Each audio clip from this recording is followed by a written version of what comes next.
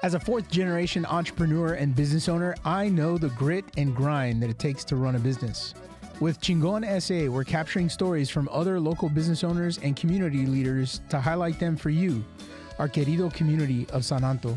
From the culture, for the culture. What's up, everybody? Welcome back to another episode of Chingon S.A. My name is Luis. I'm the host of the show, and this is where we highlight entrepreneurs, builders, and leaders who are setting the standard and paving the way for the next generation of badass leaders right here in San Antonio. Now, today's. So sorry, I was trying to tell you. Dang it! You were telling me. I thought you were telling me to stop. No. Today. All right. Today. Good job. So today I am super excited about our next guest because he is proof that you combine strategy, consistency, and actually caring about people. You don't just build a business, you build trust. Now, before we go any further, I have to address the elephant in the room. It is not that Steve Perry. But this Steve Perry has been putting hits in San Antonio real estate for over a decade. 5-time platinum top 50 nominee, graduate Realtor Institute, certified negotiation expert, the kind of guy who can price it right, negotiate it tight, and get it done fast. I like that. That's a great intro. But what really makes him different, he listens, he shows up, and he's helped families sell their first home, upgrade their life, hit tight timelines, and yeah, he'll even hold a baby, mid-showing if that's what it takes to get you in a home. That's the kind of service that turn clients into lifelong relationships. Steve, thanks so much for joining the show, man. Luis, pleasure to be here. Thank you. This was fun. You and I have known each other, for I guess about 2 years now or so, and we share a love of Star Wars. Yep. That's you a little more so than me, I think. But I'm sort of new to the Star Wars universe.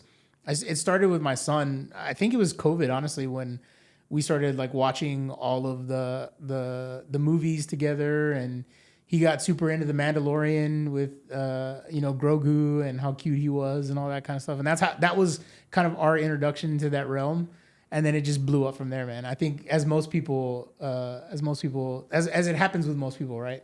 Yeah, I was 6 when the first Star Wars came out, and saw it in theaters, and it blew me away, and it's just been a part of my life ever since. When my dad, who was in the Air Force, would go on his TDY trips, every time he'd come back, he'd bring like one action figure with him.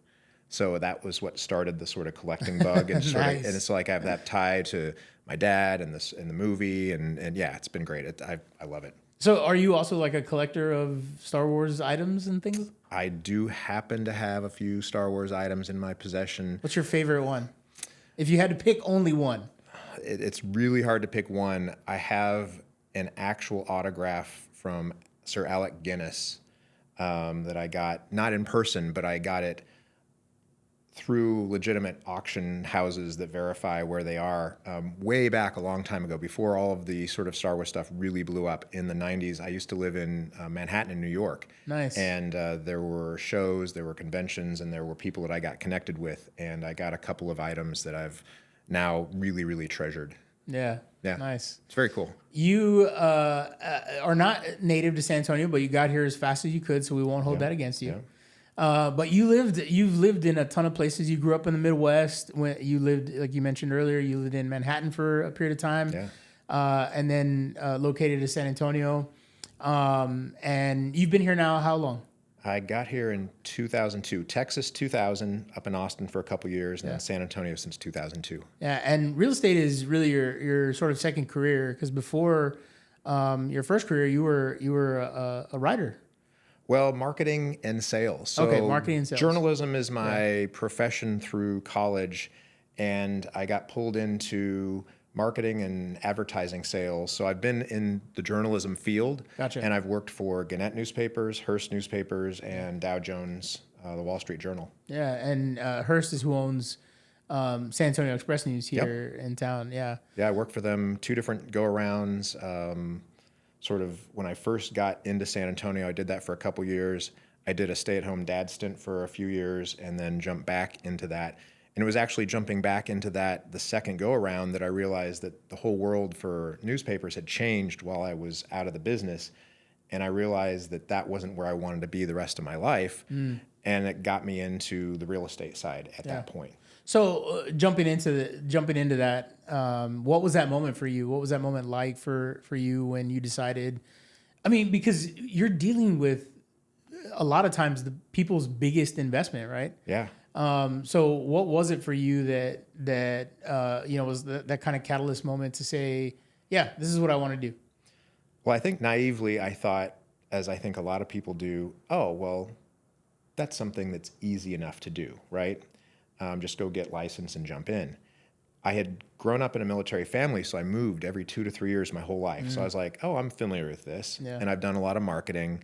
For a small stint, I was a partner in a home improvement business, a Window World franchise. So I had that part of it. So I thought I had all these skills that worked perfectly for real estate.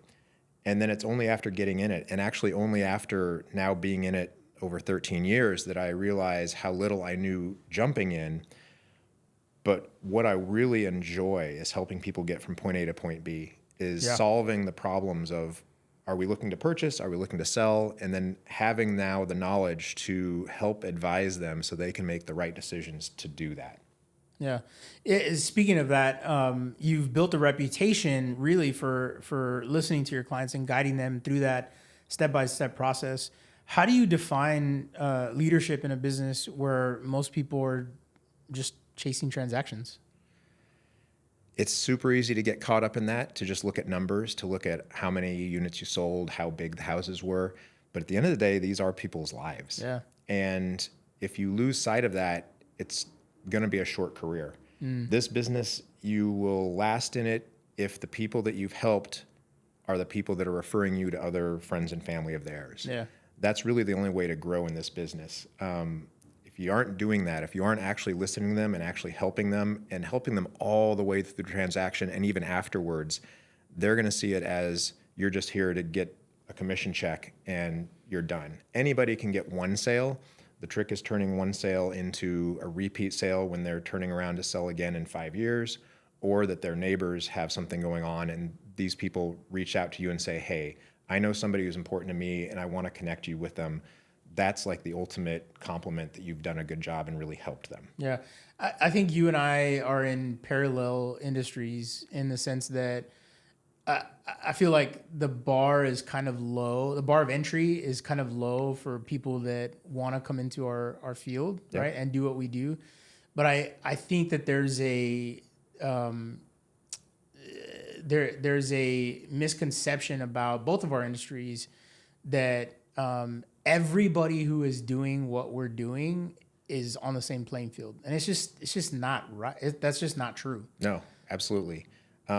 It's often said that there's that 80-20 rule out there, if people know about that.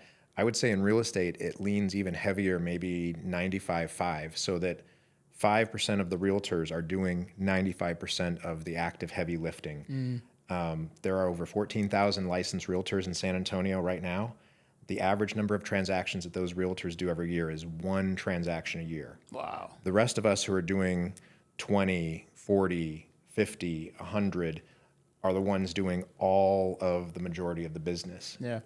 So, the people that do it well have a lot of the business together, and there's a lot of people that are in it that aren't really doing a lot. Well, so what about that is it that sets you apart, do you think, from those 14,000 other agents who are, only doing the 1 transaction a year? What sets you apart? What about your business sets you apart from those agents? So going to what you said about that low bar to entry, I think what I was fortunate with when I got into this business is I had some good mentors at the brokerage that I started with and have found those people that are doing it well in the business, and I gravitate towards them and try to ask the questions, what are you doing? How are you doing it? Yeah. And can I help you with anything so that I can learn from you directly? I really do wish that our business had a sort of either a mentor program or an apprenticeship program. I think that would keep a lot of people who jump in thinking, oh, well, my grandma's going to sell her house. I'll jump in, be a realtor, and I'll get that commission and it'll be easy. Yeah. If we had some sort of a program that forced people to learn for a certain amount of time before they were allowed to just jump in and do whatever they want with their license, I think that would help get rid of some of that. But since that isn't the case, I think it's up to those of us that are in the business to look out for new agents, to try and give them guidance and help. We really do need to sort of lift our own industry up and be sort of an example to what we want the business to be in the future, instead of just saying, well, there's a lot of random people in and that's too bad. We have to sort of take care of our own. So I get that. And I hear that often too, because I deal with it in my industry as well, right? Like, oh, my cousin became an insurance agent. I'm going to give him my auto and home or whatever. And it's like, great. I love the fact that you're supporting your family. However, make sure that, that they're doing these things to help you prepare for the unexpected, right? Yeah. And I think that's important in your industry as well, to have somebody that's knowledgeable in the negotiation piece of it, because it's not always cut and dry, right? I mean, when you come into a transaction like buying a house or selling a house, there's so many different avenues and so many things that can go wrong in the transaction. You've got to have somebody knowledgeable to kind of help guide you through that process. It's absolutely true. Every time that I do a new deal, I always find something new that I didn't know before. It could be a small thing. It could be a big thing. So I am still learning. The difference is that now I have, with my experience, I've accumulated some of those answers to those questions just from having gone across them. But I also know more where to get the right answers quickly from either the service people I work with, from the other people in the industry that might have more knowledge, somebody who's done a transaction in that same area. So I can get to those answers faster for my folks and with more assuredness. Whereas before I might have thought I got the right answer, but now maybe I could get them better answers. Yeah. So it's the knowledge, it's the experience, it's the ability to understand that I don't know everything, but I'll find out how to get the answer. Yeah. What about what's your favorite part of a transaction? I'm curious. So I do roughly 50-50 buyers and sellers. Yeah. So I'm working both sides of things, not on both sides of the same deal, but I'm working with both of these main buying and selling transactions. There's a joy to helping a first-time home buyer get their home that really stands out every time you do it. That there's a lot of fear, but there's so much excitement. There's so much hope. A young couple getting together, getting their first house together, watching them walk through that house on the final walkthrough, or giving them the keys to walk through right after closing. There's a really special level of, wow, we've really changed a life here. So those are pretty cool. Yeah. I bet that's a lot of fun. We don't ever get to see that on our side. Like, even though we're involved in the real estate transaction, in the sense, we're providing insurance on the home that they're purchasing, we don't ever get to see those, right? We don't go to the closing transaction. No. We don't go to, give them their keys or whatever. But I bet that's a lot of fun, man.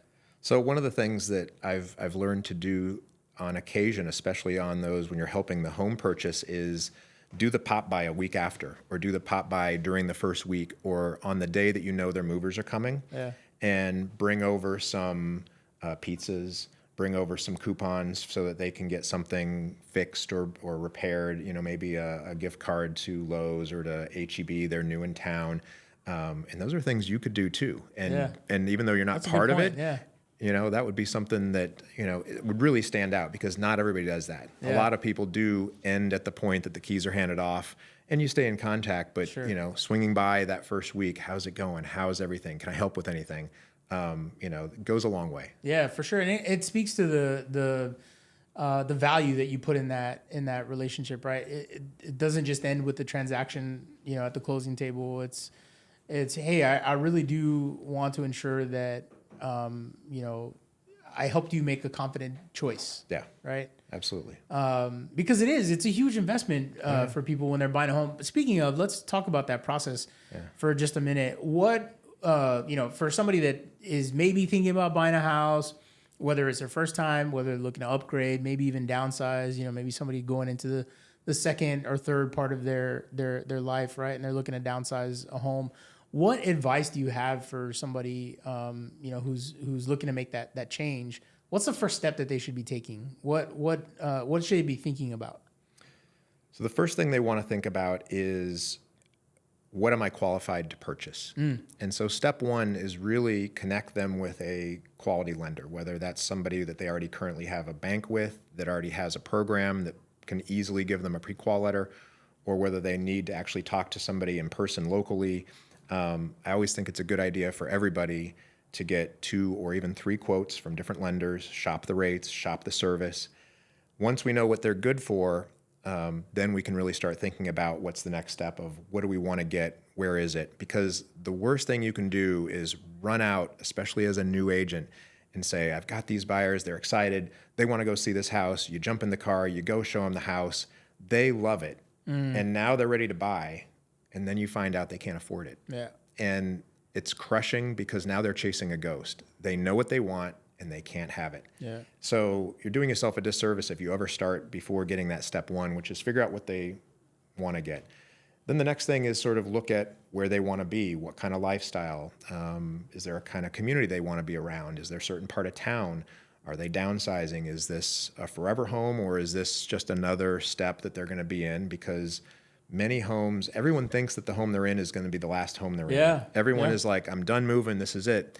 And the averages say that every 5 to 7 years, somebody's going to pick up and move into a new home for one reason or another. Interesting. Life happens. Yeah. You have a baby, you have a divorce, somebody passes away, job changes. All of these things affect what we're doing and how we're living, and sometimes it needs a change, sometimes for good, sometimes for a stress. But you want to make sure if you're going to be buying that really big, expensive house that it really is for forever, because if it isn't, and you're going to have to turn around and sell it in 4 or 5 years, that's something to consider. So you just want to have a good conversation with them about where they're in life, what they're wanting, and then you can help give them advice about what would be a good fit for them or what good options are. Sometimes they know exactly what they want and they just want your help to go get it, and you can do that. But if you can be consultative about it and really try to help them, sometimes you can avoid problems down the road that maybe they aren't even thinking about, because everyone does think this is the last house I'm buying. Yeah, I'm really curious, and I don't know how often you get asked this question, but what is like one of the biggest mistakes that you see people make when they're going to sell their home? Right, like if they're trying to get out of a situation, what's 1 or 2 big mistakes that people make about that? Yeah, so 2 big ones, especially right now. If they jumped into a house and threw on some additional upgrade that really they can't afford and weren't thinking about, how do I get out of this upgrade? One big example would be solar panels. I knew exactly where you're going. I just had a client, military, reload here about 4 years ago. And he said, I'll be retiring in about 5 years, Steve. I'll be back in touch. So I've kept in touch with him this whole time. And he just recently reached out and said, I'm ready to go, Steve. Oh, by the way, got these solar panels on my house. And I was like, why did you do that? And I asked him, how much is left on that loan? Yeah. He went, $40,000. And I went, wow, okay. So somebody got lured into a door-to-door salesperson or someone who just put solar panels on someone else's house, and they did that thing where they showed them the bill. This is what their CPS bill is. It's $2 a month. Yeah. And you're like, oh my God, I want to open up my CPS bill and pay $2. Who doesn't? They don't think about now you're opening up a different bill to the company that you're buying the solar panels from that costs as much as your CPS bill, and now it's stuck on the home. So they're very likely not going to be able to sell their home with that on it, because he now needs to sell that and pay off that $40,000, which he can't just do right now. Yeah. So that's number 1. Number 2 would be if they buy into a new build community where the builder is still going to be there in 3 to 5 years, or the other builders will be in that area, maybe a 5-mile radius in 3 to 5 years. Sure. Right now, anybody who bought 2 or 3 or 4 years ago in a new build community is not able to sell their house at what they paid for it compared to what the builders are offering. And so I think one of the biggest disservices current realtors, especially new realtors or new into the business, are doing is they're being lured to the new build communities where they're offering great incentives to both sides. The buyer is getting great incentives, the agent is getting great incentives to go there, and it seems easy. It seems like you're going to get a nice big windfall, but it's that transactional approach of, did you really consult with your folks about how long they're going to be here? If they're military, they're going to not be here in 3 to 5 years. How are they going to be able to sell that house? Yeah. If you aren't thinking about that, and when they come back and ask you about that in 3 to 5 years, and you tell them, well, you probably can't sell it, are they now going to be disappointed or mad at you or feel betrayed? So those are two big ones to be really worried about and wary of right now. Yeah. We're in, we're in a market right now that I think, in a real estate market anyway, I think where it's really a buyers have huge opportunity. Correct. There's a lot of inventory, and they've got a lot of negotiating power. What's one thing that you see buyers really want to get that they don't often get because whatever the reason may be, right? Right. Like what's one piece of advice that you can give a buyer coming in a transaction in terms of like what to expect and what not to expect? So you are correct that right now it is leaning buyer market. I will always put an asterisk on that every bit of real estate is hyper local, meaning that there are certain pockets of San Antonio right now that are still having listings pop up and go under multiple offers and go at or above full price today. Yeah. If the condition is right or the location is right. But in a very general sense, especially if you're anywhere near any of those parts of town where there's still a lot of new construction, it is definitely a buyer's market, and buyers have a lot of power to pressure the sellers to get exactly what they want.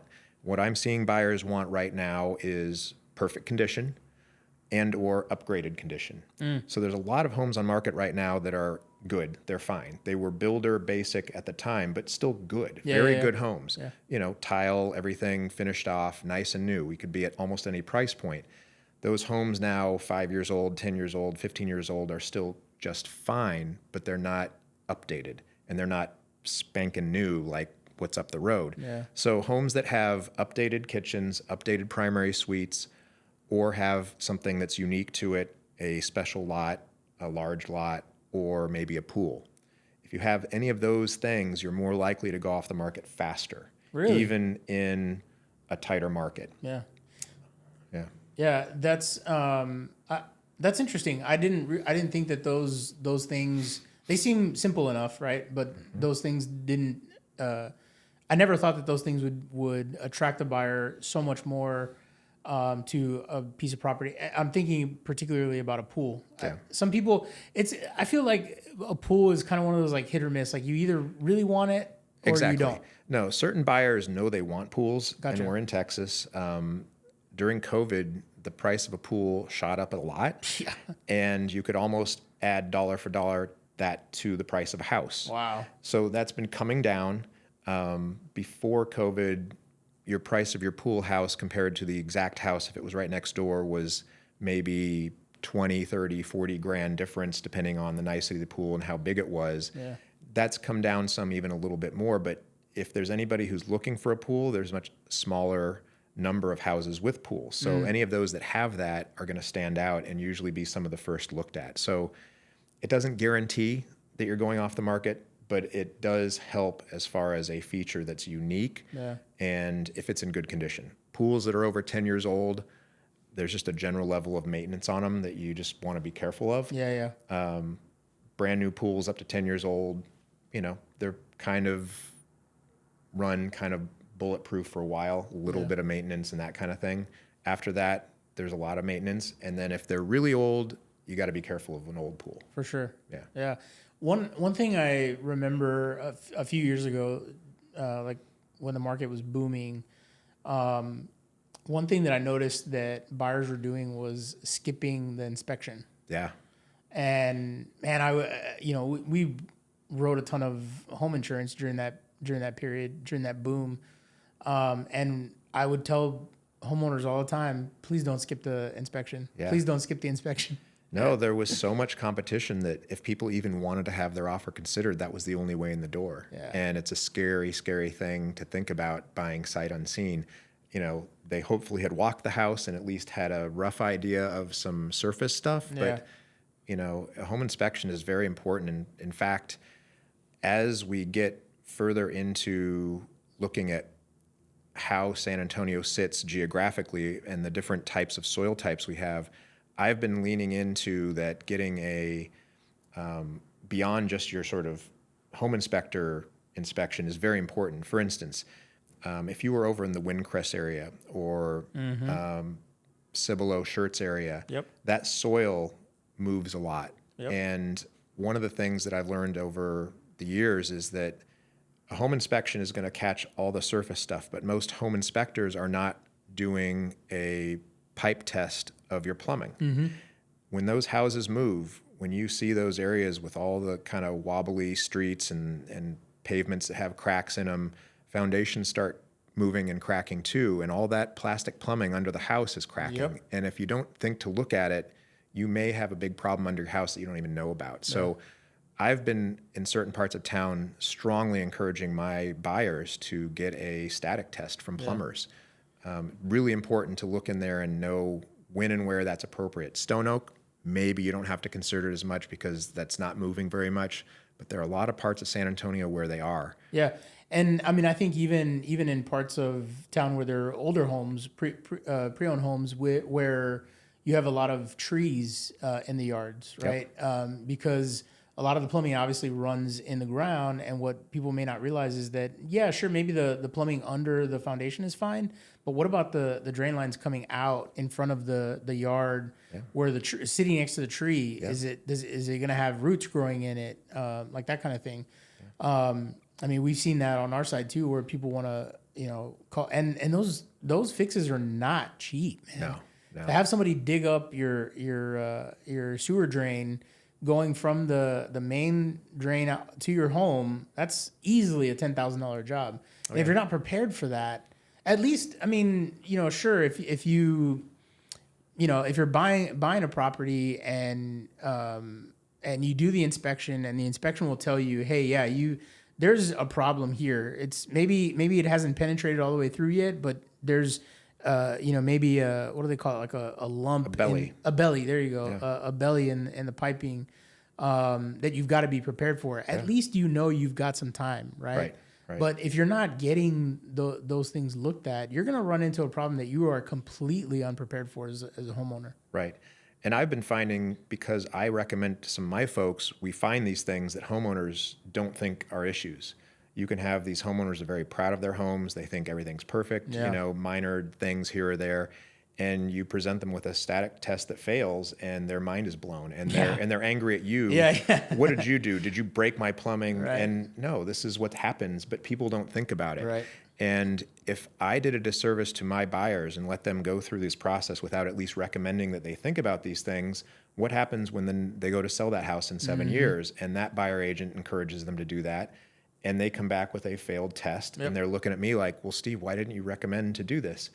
Well, it is something to consider. I just had some folks in Cibolo. They had what you described. They had a tree in the front yard that had gone up. The root had busted through the drain pipe. And we asked for the sellers to tear that out, reset it, and make sure that it was level, and they did. So these problems come up. They're just part of the process. You just have to know when and where is the right time to ask for those things. Right, and I think it's important, like you talked about, to have somebody knowledgeable in the area, not just in real estate transaction, right? But like the area of town that you're in, the potential for hazards that could come up like that. And so, I think it's super important to have that advocate, that you are. I'm kind of curious about, I mentioned earlier that you've been nominated multiple times for a Platinum Top 50 award, which recognizes not just production, but your leadership and service. What do you think separates agents who last in this business from the ones that burn out? So you've got to have a good support system around you. So that's either your broker or your fellow agents. I think that's really important. You have to lean on their knowledge base and their support. They're also a way to sort of gauge how you're doing and a drive to, you want to keep up with the great agents. You have to keep up with your education. You have to keep learning. You have to keep adding to your knowledge base and finding out what you don't know. Taking different courses on expanding your knowledge base is key. Keeping up to date on codes, on legal ethics, all of that good stuff. And giving back, serving the community. So a big part of PT50 is what are you doing in the community? Whether it's with your own particular groups. Maybe it's church, maybe it's school, maybe it's giving back in the community, maybe at the food bank. Just being involved and showing that you're actually caring about the city and trying to help it grow too. So all those things together, I think really help separate the agents who continue to push and survive versus those that are just in, again, for a deal. Nice. Yeah, I like that. When all is said and done, thinking 10, 20 years down the road, I always like to ask business owners, business leaders about legacy and what that looks like to them. So I'm curious, from your perspective, what do you want your name to represent in San Antonio? Not just as a realtor, but as someone who's helped shape families, even neighborhoods in this community.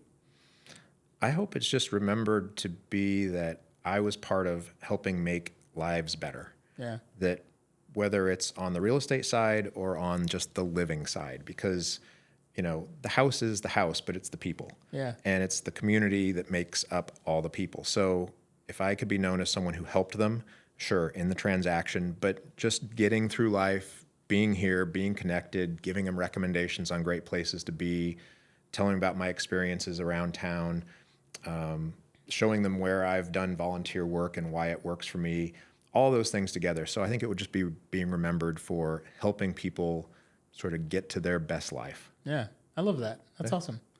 Thanks, man. This has been an awesome conversation, Steve. I really enjoyed it and appreciate you coming on the show. Thank you for having me. Yeah, absolutely. From helping families to navigate some of the biggest decisions of their life to building trust, one relationship at a time. That's what real leadership looks like here in San Antonio. And I think what stands out the most is not just the deals, it's the way that you show up. The patience, the listening, the intention behind every move, even down to holding a baby. I meant to ask you about this earlier. In your bio, I read that there was a transaction you had one time where there was a family that was coming through, a young family that was coming through that had a baby with them, and the baby started crying, and I think they were in the car seat or something like that, and you went and picked up the baby so that the parents could walk around and see the house. Well, yeah, being that I'm a dad of 3 and did a lot of stay-at-home dad duty when they were young, I'm very comfortable, doing the rock and the pat as we went, and they were definitely struggling, and I could tell that was something that was hampering their ability to actually focus on the look. So just for a little while, I was like, you know what, I got this. This is fine. This is cool. And they had the little exhale moment, and then could actually focus on the task at hand, which was trying to look at the house undisturbed as much as you can with a baby that was having a little bit of an issue.